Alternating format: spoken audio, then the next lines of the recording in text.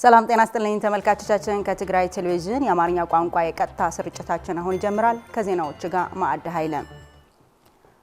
የተባበሩት መንግስታት ድርጅት በትግራይ የተከሰተውን ግጭት እንዲያቆም እና የፕሪቶሪያው ስምምነት ሙሉ በሙሉ ተግባራዊ ለማድረግ ጥሪውን በድጋሚ አቀረበም።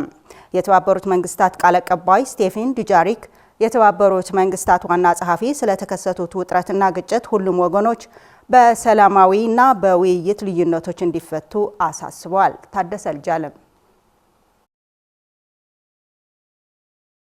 የተባበሩት መንግስታት ድርጅት በትግራይ የተከሰተውን ግጭት እንዲያቆሙና የፕሪቶሪያው ስምምነት ሙሉ በሙሉ ተግባራዊ ለማድረግ ጥሪውን በድጋሚ አቅርበዋል። የተባበሩት መንግስታት ቃል አቀባይ ስቴፋን ዱጃሪክ የተባበሩት መንግስታት ዋና ጸሐፊ ስለ ክስተቱ ውጥረቶችና ህውከት የሰጡትን ጥሪ በድጋሚ የገለጹ ሲሆን ሁሉም ወገኖች በሰላማዊ ውይይት ልዩነቶችን እንዲገቱ አሳስበዋል። የፕሪቶሪያው ስምምነት እንዲፈቱና ሙሉ በሙሉ እንዲተገበር ጥሪያቸውን በድጋሚ አቅርበዋል። ቃል አቀባዩ ባስተላለፉት መልእክት የተባበሩት መንግስታት ዋና ጸሐፊ አንቶኒዮ ጉተሬዝ በቅርቡ በሰጡት ማብራሪያ ውጥረቶችና ህውከት ላይ ከፍተኛ ስጋት እንዳላቸውና አፋጣኝ መረጋጋት እንዲፈጠር ጥሪ አቅርበዋል።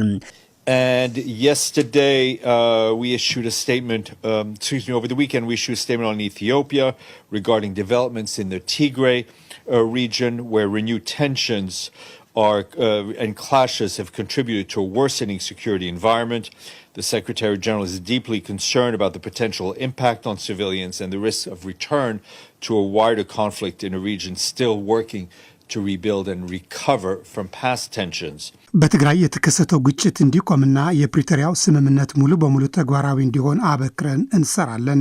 በንጹሃን ላይ ስለሚኖረው ተጽዕኖ ያሳስበናል። ወደ ሌላ ቀጠናዊ ግጭትና አለመረጋጋት እንዳያመራም ስጋት አለብን። ስለዚህ ልዩነቶች ሁሉም ወገኖች በሰላማዊ መንገድ እንዲፈቱና እንዲገቱ ውይይት ማድረግ አለባቸው።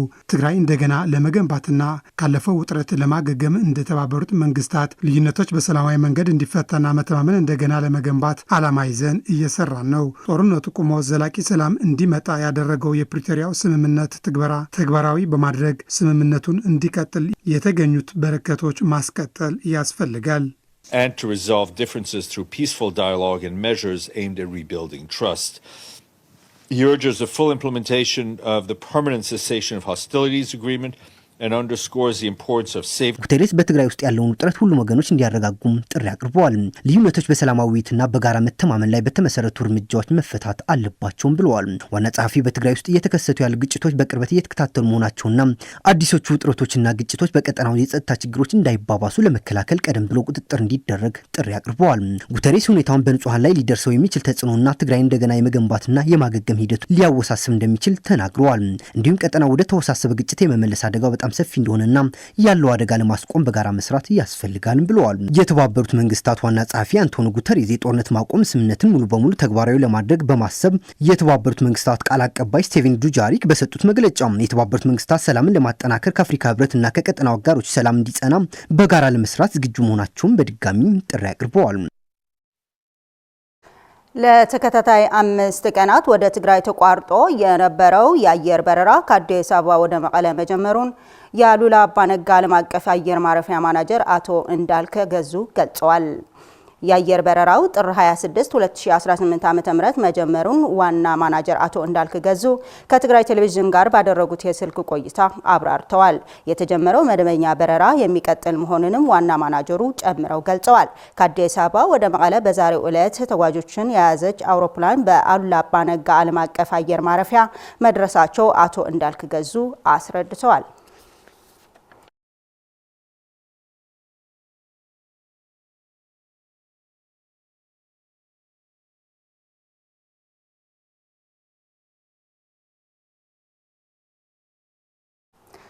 የትግራይ ግዛታዊ አንድነት ለግጭት መነሻ እንዳይሆን የፕሪቶሪያው አፈራራሚዎች ሚናቸው ሊፈጽሙ ይገባል ሲሉ የሰላም ውይይት ተሳታፊዎች ገለጹ። የጭራ አባጉዳ ኪነጥበብ ማህበር የካናዳ ኤምባሲ በኢትዮጵያ ጋር በመተባበር ወጣቶች ሰላምን በማጠናከር ረገድ የሚኖራቸው ሚና መሰረት ያደረገ ማህበረሰባዊ ውይይት እያደረገ ነው። ለተስፋይ ታደሰ ዘገባ ፎርቱና ገብሩ።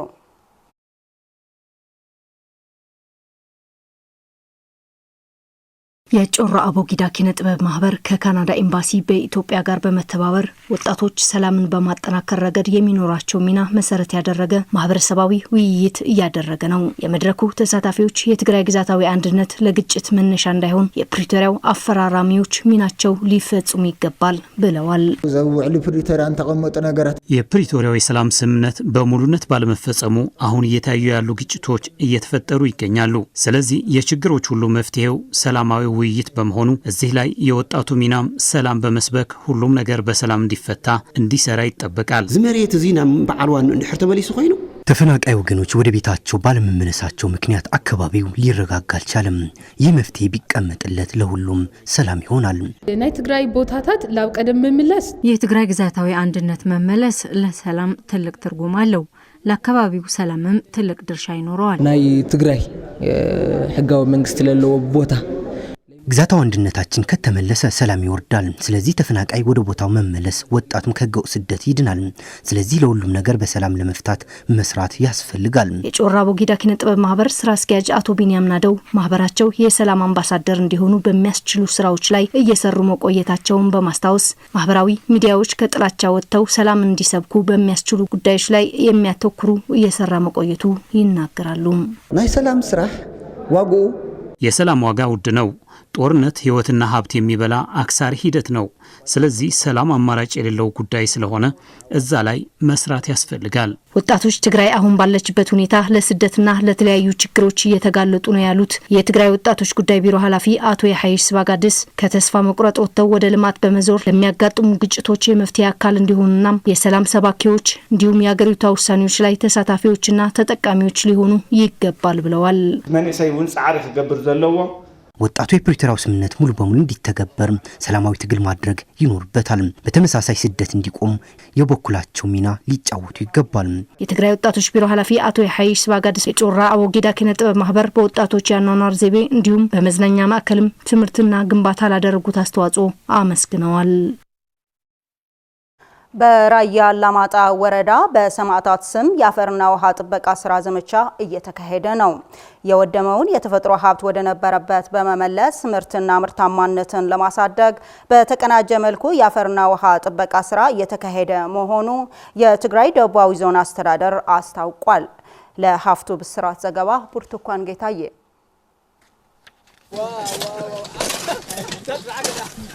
በራያ አላማጣ ወረዳ የአፈርና ውሃ ጥበቃ ስራ ለዘላቂ ልማትና አንድነት በሚል መሪ ሀሳብ በዞን ደረጃ በይፋ ተጀምሯል። የስራው ተሳታፊዎች በጄኖሳይዳዊ ጦርነቱ ተቋርጦ የነበረውን የተፈጥሮ ሀብት ስራዎች ዳግም መጀመሩ እንዳስደሰታቸውና ስራው እስኪጠናቀቅ አጠናክረው እንደሚቀጥሉበትም ይናገራሉ። ጎርፍ እየሸረሸረው በጣም ውሃው ወደ ሌላ ቦታ እየፈሰሰ ያስቸግር ነበር። ወንዞች ከተገደቡ ግን አይሸረሸርም፣ ውሃውም ወዳልተፈለገ ቦታ አይፈስም ማለት ነው። መሐመድናት ለኸተርና ትመረትና ለሰብሕ ክኸድ የአፈርና ውሃ ጥበቃ ስራ ከሰራን የምናገኘው ጥቅም ብዙ ነው። ምክንያቱም መሬታችን ከለማ በድርቅም አንጠቃም። ይህ ስራ መጀመሩ በጣም ደስ ብሎኛል። የወረዳው የኢኮኖሚ ዘርፍና ተፈጥሮ ሀብትን የማዳን ስራ አስተባባሪ አቶ አለም ተክለአብ በ28 ተፋሰሶች የሚገኝ 305 ሄክታር መሬት የሚሸፍን የአፈርና ውሃ ጥበቃ ስራ እንደሚካሄድም ይገልጻሉ። አም ወረዳ 28 ተፋሰስ ለናዩ እንደ ወረዳ 28 ተፋሰሶች አሉን። ከዚህም 305 ሄክታር መሬት የምንሸፍንበት 20 ሺህ የሚሆን ህዝብ የሚሳተፍበት በጀግኖች ሰማዕታት የተሰየመው ስራ የተፈጥሮ ሀብትን ወደ ነበረበት ለመመለስ አካባቢያችንን በማልማት ኢኮኖሚያችንን ለማሻሻል ልንሰራ ይገባል። በወረዳው ተስፋ ሰጪ የነበረውን የተፈጥሮ ሀብትን የማዳን ስራ በጦርነቱ ወደ ኋላ መመለሱን በማስታወስ የተፈጥሮ ሀብትን ወደ ነበረበት ለመመለስ የአፈርና ውሃ ጥበቃ ስራው ወሳኝ ነው ያሉት የራያ አላማጣ ወረዳ ዋና አስተዳዳሪ አቶ ዳንኤል ታምራት ናቸው። የትግራይ ደቡባዊ ዞን አስተዳዳሪ አቶ ዝናቡ ገብረመድን የወደመውን በአፈርና ውሃ ጥበቃ ስራ የተፈጥሮ ሀብት ወደ ነበረበት በመመለስ ምርትና ምርታማነትን ለማሳደግ በተቀናጀ መልኩ እንደሚሰራም አብራርተዋል። ዳሕና ናሰላም ናልማዓት ጉዳይ ናቁንጠት ጉዳይ አይሆነይ ለኛ የሰላም የልማት ጉዳይ ወሳኝ ነው። ስለዚህ የልማት ስራዎቻችን እስከ መጨረሻ አጠናክረን መስራት አስፈላጊ ነው። ለሰላም ዝግጁ ሆነን የሚያጋጥሙንን ችግሮች እየፈታን የተጀመረው ስራ በአንድነት ተባብረን በመስራት ከግብ ልናደርሰው ይገባል። በዞኑ በ10 ወረዳዎች ከ190 ሺህ በላይ ነዋሪዎች የሚሳተፉበት በ181 ተፋሰሶች 5700 ሄክታር መሬት ለማዳን የአፈርና ውሃ ጥበቃ ስራ እንደሚካሄድም ተጠቁሟል። የባንክ ተገልጋዮችና የህብረተሰብ ክፍሎች በባንኮች ያጋጠመውን የገንዘብ እጥረት በዕለታዊ እንቅስቃሴያቸው ችግር እንደፈጠረባቸው ገለጹ። የባንክ ማናጀሮች በበኩላቸው በግለሰብ የሚገኘው ጥሬ ገንዘብ ወደ ባንክ በመመለስ የዲጂታል አገልግሎቶችን መጠቀም እንደ መፍትሄ አስቀምጠዋል። ሙሉ ብርሃን ዳርጌ አዘጋጅተዋለች።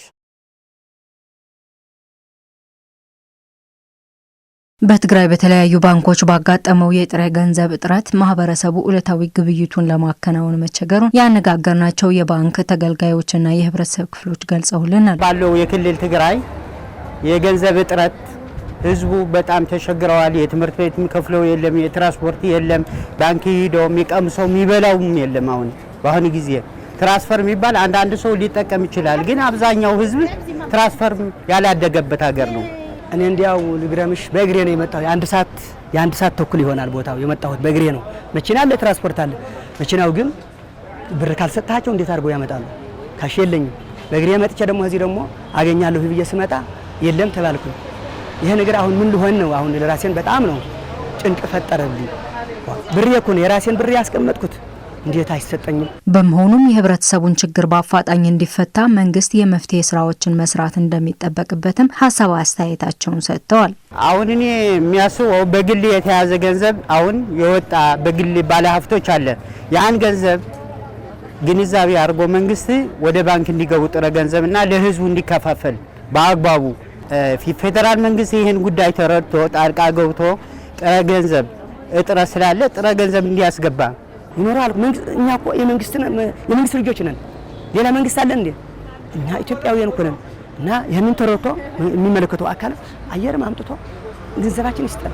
በመቀለ ከተማ የተለያዩ የባንክ ዲስትሪክት ዳይሬክተርና ማናጀሮችን ተዘዋውረን ያነጋገርን ሲሆን የጥሬ ገንዘብ እጥረት መኖሩንና በዚህም ለተገልጋዮች በጥሬ ገንዘብ መስጠት አለመቻላቸውን ገልጸዋል። እንግዲህ ለህብረተሰባችን በሚገባው መልኩ ብሔራዊ ባንክ በፈቀደው መልኩ የዕለት መስተንግዶ እያስተናገድን አይደለም። ይህንን ደግሞ ሊከሰት የቻለው በክልላችን ባጋጠመው የጥሬ ገንዘብ እጥረት ነው። አሁን ባለው ሰዓት ኖርማሊ የካሽ እጥረቱ ስላለ ያን ያህል መስተንግዶ እየሰጠን አይደለም። በካሽ እጥረት አብዛኛው ሰው ደግሞ ካሽ ነው የሚፈልገው። ስለዚህ ካሽም ስለሌለን አገልግሎቱ እየሰጠን አይደለም። ወጪ በዝቷል። ባንክ ደግሞ እንደሚታወቀው ገቢና ወጪ ይኖራል። ስለዚህ ገቢ የሚደረግ ብር ግን በአሁኑ ሰዓት የለም።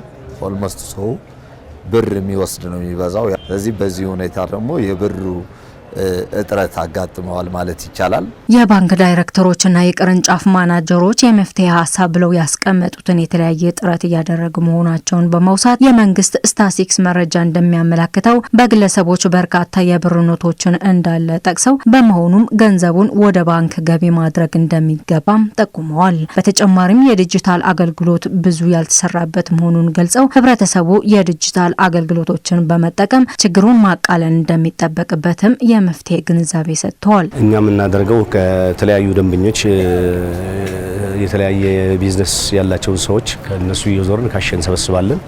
ዘንድ ላለው ህብረተሰብ ደግሞ በቻልነው አቅም ለማዳረስ እንሞክራለን።